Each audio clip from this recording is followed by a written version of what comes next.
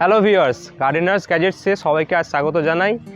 গার্ডেনার্স gadgets এটা আমার প্রথম ভিডিও। এই ভিডিওর মাধ্যমে তোমরা জানতে পারবে আগামী দিনে আমি কি ভিডিও আপলোড করব, কি টপিকের ওপর।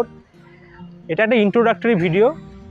তো মেন টপিক গার্ডেনার্স গ্যাজেটস চ্যানেলটা আসলে কী নিয়ে তোমাদের মনে প্রশ্ন আসতেই পারে। তো বলে রাখি, এটা মূলত গাছপালা বেসড একটি চ্যানেল, গাছপালা বা প্লান্টস। গাছপালার কথা মাথায় আসতে প্রথমে আমাদের যেটা মাথায় আসবে সেটা হচ্ছে মাটি।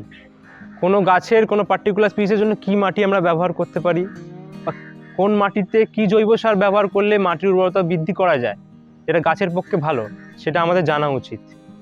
সেকেন্ড যে টপিকটার মধ্যে আসছি সেটা হচ্ছে সানলাইট। সানলাইট গাছের জন্য খুবই গুরুত্বপূর্ণ ব্যাপার। দেখতে পাচ্ছ সানলাইট পড়েছে গাছের ওপর, যে আমরা জানি যে কোনো গাছ সানলাইট ছাড়া বাঁচতেই পারে না। গাছের খোরাক হচ্ছে সানলাইট। কোন গাছের জন্য কী সানলাইট প্রয়োজন, কোনো পার্টিকুলার গাছে কোনো স্পিসিসের জন্য কী সানলাইট প্রয়োজন, সেটা খুব গুরুত্বপূর্ণ। কোনো গাছ ব্রাইট সানলাইট পছন্দ করে, কোনো গাছের অল্প সানলাইটও হয়। এবার ডিপেন্ড করছে। আমরা যেমন ইনডোর প্ল্যান্টসের ক্ষেত্রে যদি বলতে পারি এক্সাম্পল হিসাবে, কোনো গাছকে আমরা প্রপারলি কিন্তু ইনডোর বলতে পারছি না। কেন বলতে পারছি না, তার কারণ কেন ইনডোর প্ল্যান্টসকে একটা সময় পর সানলাইটে আনতেই হয়। সেটা ম্যাটার করছে, ডিপেন্ড করছে 10 দিন অন্তরও আনতে পারো, 45 দিন, 30 দিন, 90 দিন। প্রত্যেক গাছের স্পিসিস অনুযায়ী, গাছের জাত অনুযায়ী আলাদা আলাদা হতে পারে। তো এবার এটাই গুরুত্বপূর্ণ বিষয় যে সানলাইটটা কতটা প্রয়োজন, কোন সময় কতটা সানলাইট প্রয়োজন, এগুলো খুবই গুরুত্বপূর্ণ, আমাদের জানতে হবে সেটা। আচ্ছা, থার্ড যে টপিকটা নিয়ে আমি বলবো সেটা হচ্ছে ওয়াটারিং বা গাছে জল দেওয়ার বিষয়টি। আচ্ছা, ওয়াটারিং হচ্ছে গাছের জন্য খুবই গুরুত্বপূর্ণ একটি বিষয়। কোন গাছে কতটা জল দেব, কোনো পার্টিকুলার গাছে কোনো পার্টিকুলার স্পিসিসে কতটা জল দেব, এবং দিনে কবার দেব, সেটা মনে রাখতে হবে আমাদের।